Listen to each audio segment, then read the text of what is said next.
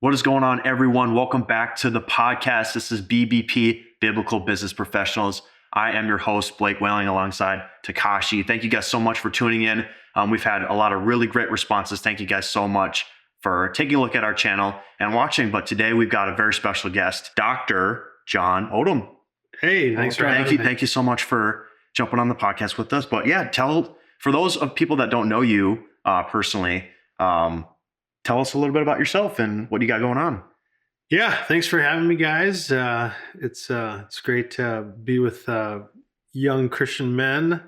And I grew up in Colorado and married a Minnesotan, and so moved here right after my medical school in Colorado, and did my residency here at Hennepin County, and have been in private practice essentially ever since. I have 4 kids, 2 boys, 2 girls. My 2 girls live in Texas, and my 2 boys are here in Minnesota.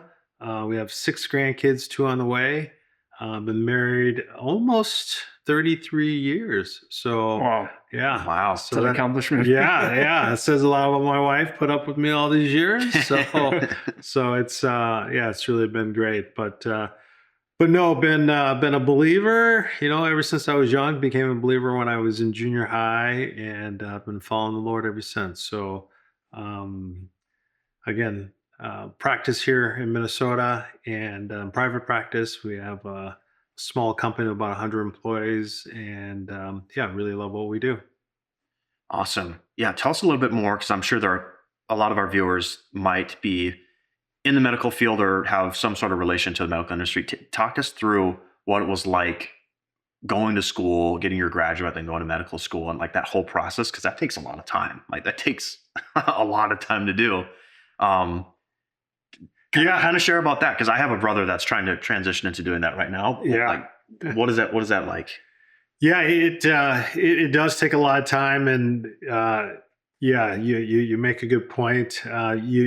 When you look at kind of the amount of time and education that's invested in it, you really aren't necessarily doing it for the money. I mean, if you spend that kind of time and effort in anything, you're gonna probably make more money and less headaches. All my relatives are kind of in business and finance, and make more than I do, and have far less school. But yeah, it's about what you enjoy doing. After one of the things I joke is, after high school, I was not really up for a long kind of educational experience. I played football in college, and so I thought well, maybe I'll get drafted and I'll continue to play sports. When I kind of realized I wasn't going to get drafted, I kind of thought, well, I probably should figure out something to do with after sports, after football. So then kind of got a little bit serious about medicine. But that process was almost 20 years of education between, again, undergraduate, got a master's degree in epidemiology, Wow. medical school, then residency. And then after residency, I did a fellowship in sports medicine. So yeah, that process was 20 some years before I was actually on my own practicing. Holy smokes. Yeah. It's a long road. And you never stopped there, right? You didn't settle down and go to a practice and stay there forever. You at some point decided to start your own shop. Yes. And can I explain why and how people can kind of bridge the gap too, right? Because when you start honing in on your expertise, you want to scale, and the only way to do that is to do it yourself. No. So you make a good point, and it's probably no surprise to anybody, but most doctors know nothing about business. Right. Some doctors, after they finish all that kind of education I just experienced, do actually go and get an MBA, but that's if they want to be like a hospital administrator or something like that. So they'll combine kind of, and some medical schools actually have a combined MD MBA program for those who kind of want to get into more of the hospital administration and leadership, not just practice. But I didn't do that. I went just kind of the traditional route. And so again, kind of like your suggestion, as you get out and you're finished with all that, you're very good at practicing medicine, or at least starting your career, but essentially nothing about business. And in general, most physicians and medical types are pretty bad business people because they think about people before profits. They think about, how can I be good at my craft? And they don't necessarily think about kind of the economics of everything. And so not everybody, but most medical people don't like sales, don't like to deal with marketing, just want to kind of go in and do good work and take care of people.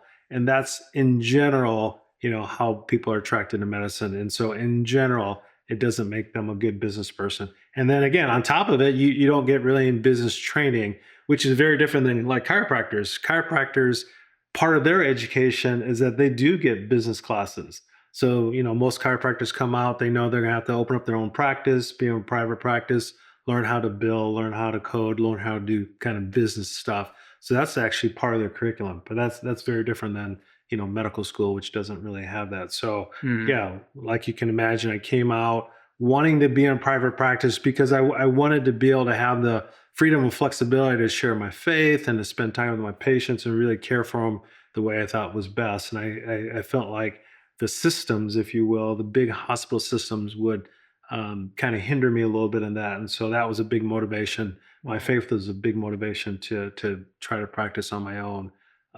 But as I'm saying, had a lot of challenges on the business side to make that economical.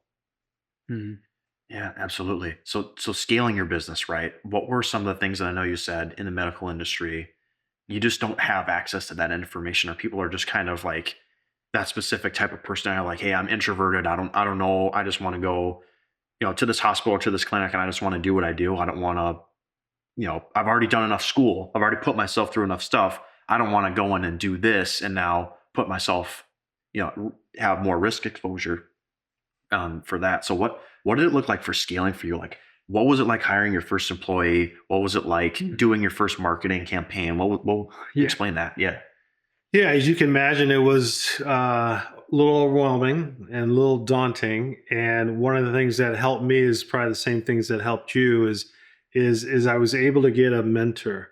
And my mentor was someone I hadn't met in training who was in a totally different field, was in dermatology, but decided to start his own dermatology practice. And he was really instrumental. I had, again, made a connection with him during training. And when I got out on my own, I reached out to him. I said, hey, you have a great derm practice. Yeah. How'd you do it? And what'd you do? And so he really kind of taught me a lot of things and really saved me a lot of headache in that way. One of the kind of mistakes, you kind of learn the hard way is that I kind of hired a company, and you can find companies like this where they'll handle all your back office. They'll do all the administration, they'll do all the billing, they'll do all the marketing, coding, they'll do all the stuff so you can stick to just treating patients.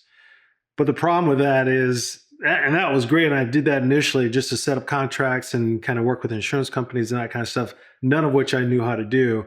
So it was fine in the beginning, but what I found is over time, all the money I was making was going to pay them. Yeah, and so charging a lot. Yeah. So it was like I found myself like, this isn't the reason why I came to practice, was to work for you. Yeah. Right. So even though they had a very valuable service, it was just so expensive that I found myself just looking at it like saying, I'm just working for this other company. And it's the same thing as what I try to get away from.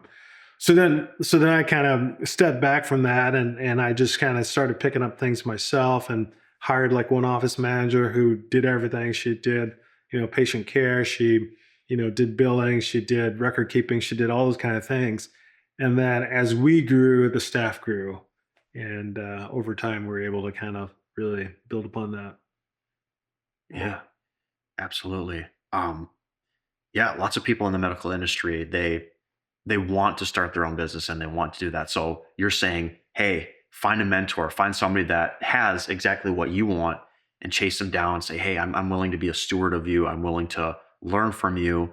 And this is what I currently got going on. I want to build this practice. I want to do this. Was it easy to find a mentor? Was it easy? And I know you said you had kind of a school related connection to him, but if somebody doesn't have a mentor like that now and doesn't really have access to that in the school system, where would be the best place to start to kind of find a mentor like this? Yeah. And I also want to add, once they find a mentor, how would what would be the best way for them to structure their relationship, right? Whether is it once a week that work for you? Is it once a month? How does that look like from that standpoint?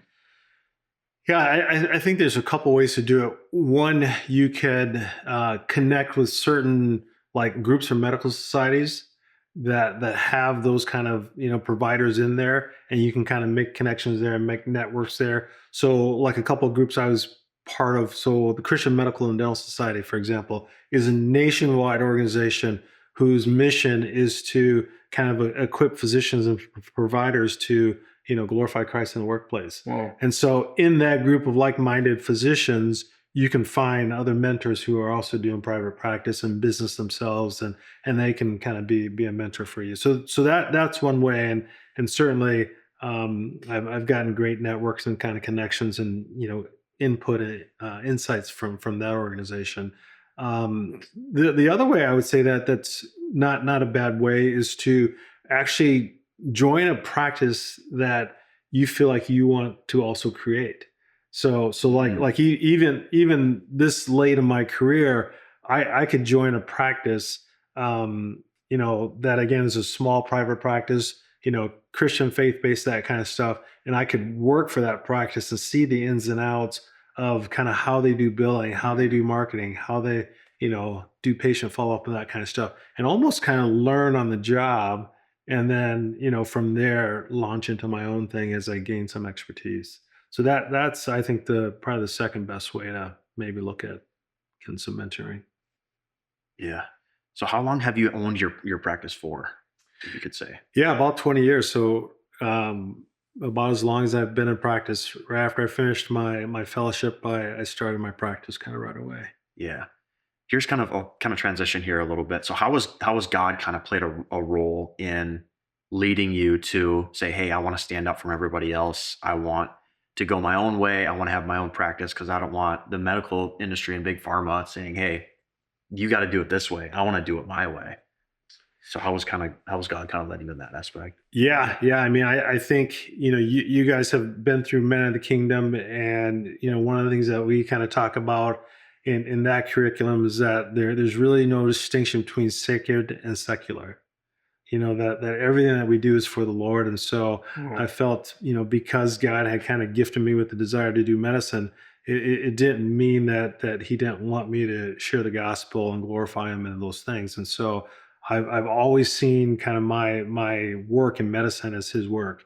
And so, I just knew even from the beginning that the more I get into kind of these big box companies, the more I'd be restricted in what I was able to say and do. And so, again, even from the beginning, that was a big motivation to kind of break off and do my own thing. Just feeling that, and certainly they're godly people in some of these big hospital systems and big box organizations. There's certainly some godly people there, but I felt like the way he kind of wired me and the things I like to do, that would be the best way to kind of glorify him. Yeah, speaking of obviously incorporating God or connecting with God, how do you incorporate some of the more biblical practice in the marketplace, so to speak? What are some strategies that you found pretty helpful and that wouldn't turn people off who are non-Christians, and at the same time still kind of set the tone of the company to be very Christian centered? Yeah. Yeah, I think, obviously the most obvious thing, but I think something you can take for granted is one, be good at what you do. Yeah. Right. And so be excellent at what you do. And I think by doing that glorifies God and speaks volumes, so the person who is, trying to, again, excel and just be, great at the talents that God's given them, I think that glorifies God, whether you come out and say you're a Christian or not. I think that says a lot about who you are. And then, obviously how you treat people, so my industry is a very people-based industry. And so how you treat people goes a long ways, and people see the difference without saying anything. So again, it's a kind of a care driven field. And so when people come to your door, and whether they're kind of interacting with your office staff or they're interacting with you personally, they're going to sense, is this some place that has the mark and the feel of Christ or not, by the way they care for me. And luckily, again, in our system, you can see a huge distinction. Again, you go into a big box, organization or hospital system, and because of the pressures of, again, insurance and big pharma and that kind of stuff, you will see that your visits are very short. You will see that you have only a fixed amount of time. I hear this every day. Like, I can't really have a relationship or talk to my provider because they don't have the time. Hmm. And so time, again, in our system, in our culture, shows that you care. Right. Yeah. And to show that you care in that kind of way, I think really is an expression of faith. Hmm. And the importance you put on that you put people over profits. Yeah, and you obviously do that very well because you're able to run a very successful business as well as maintain your family, right? You got kids, grandkids, and and how do you balance all these things? What are some ways that you found helpful to be able to do excellent work, not just in your professional lives, but your spiritual, personal, in all areas of your life? Yeah, that's a great question, and I will tell you that yeah, for most medical providers, that's probably one of the biggest struggles Yep. because the field is very demanding. Again, I kind of alluded to this before in some of our comments. I have lots of family members that are in finance and in business, and they work half the hours I do, and most of them make more than I do. And so, again, the very nature of the job is that you're going to work a lot of hours, which can be tough on families. I mean, there was a few years not necessarily proud of it, but there were a few years where, I was working 100 hours a week, Wow. Wow. Yeah. and so, 4 young kids, 100 hours a week, still exercising and, trying to maintain. I mean, those are tough times, and those are tough to balance. Mm. So, I say all that to say that there were plenty of times I didn't do it well, but guys, Grace, worked hard at it, worked hard on trying to balance those things. It did mean, like on a practical basis, that there were certain things that I just didn't do. Like for example, in medical school, the joke is doctors play golf.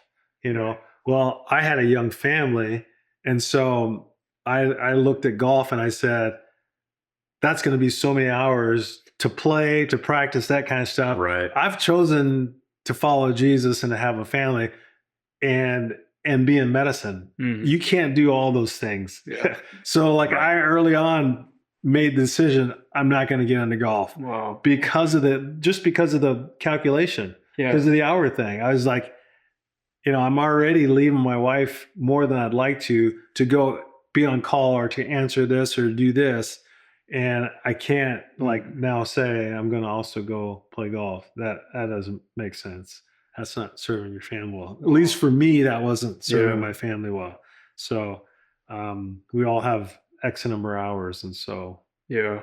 And sacrifice is definitely needed, and prioritization, right? Sounds to me like you got to know your priorities. yes. So, all right, Blake, you want to do the 4 questions? Yeah. So for those that are a little bit new to our channel and our podcast, we ask the same 4 questions to every single one of our guests, just so that you guys can kind of be in the know on what to expect as far as the questions. So yeah, let's dive right into it. So first question. So besides the Bible, that's God's word. That's our instruction manual on how to live our life and go through and treat people and all of that good stuff.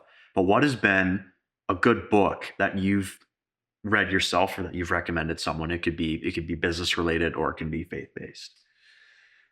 Yeah, I would say, I mean, like you started with, obviously the Bible is the best book, and that's where you should start, and always kind of have a healthy diet of straight biblical ingestion. And so that's super important.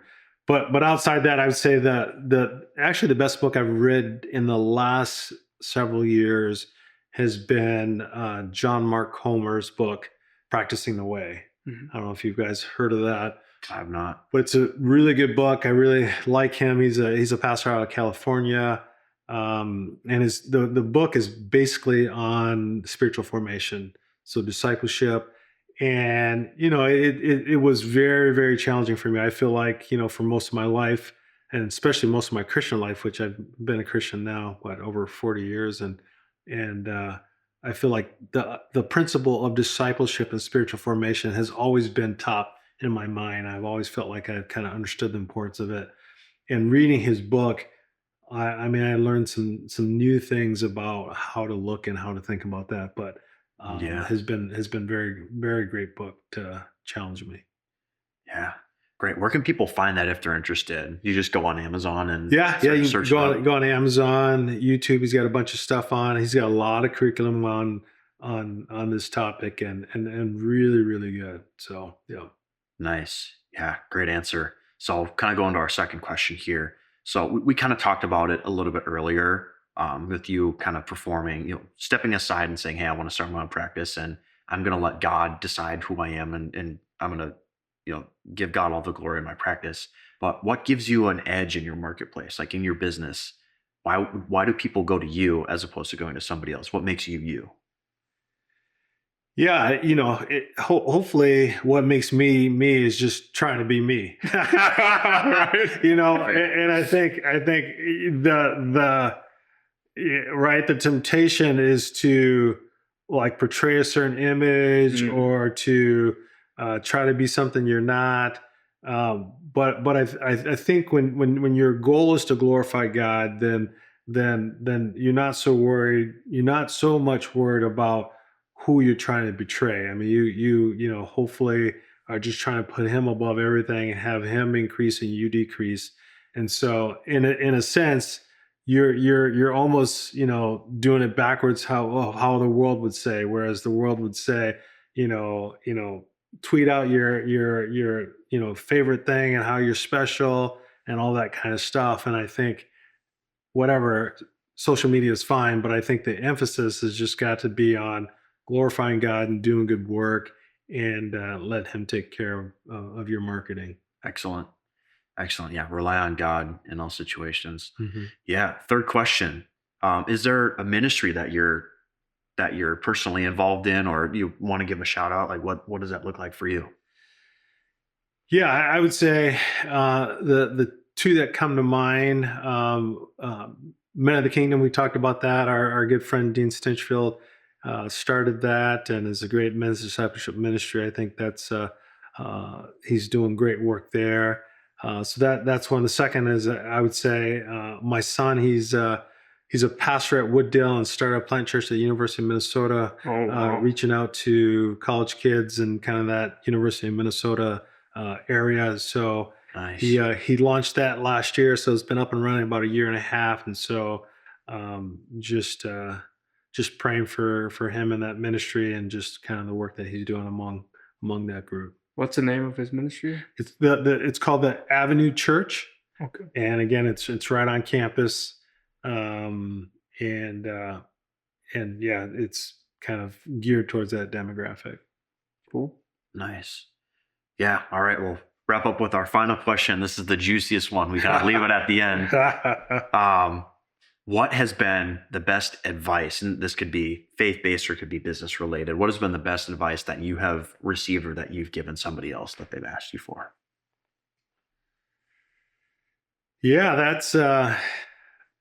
is the good question, and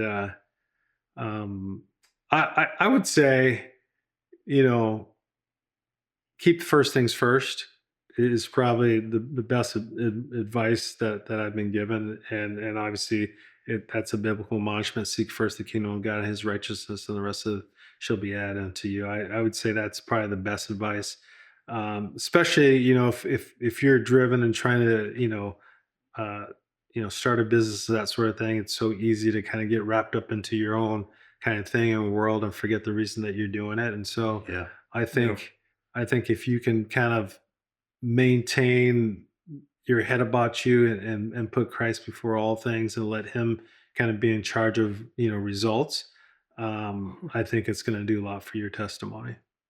Yeah. Oh, Absolutely. Well, thanks again so much for sharing. Yeah. It was a pleasure being able to sit with you and chat with you. And Takashi, got anything else before we no, wrap pretty up? much summed up Nice. everything. Well, yeah, thank you guys so much for watching. This concludes another episode. Make sure you guys hit the like button, subscribe if you're listening on Spotify, add it to your favorites, give it a like. But yeah, that's pretty much it. We'll see you guys in the next episode. Thank you so much, Dr. Odom, for joining us again, and we'll catch you guys next time. All right, bye. Right. Thanks.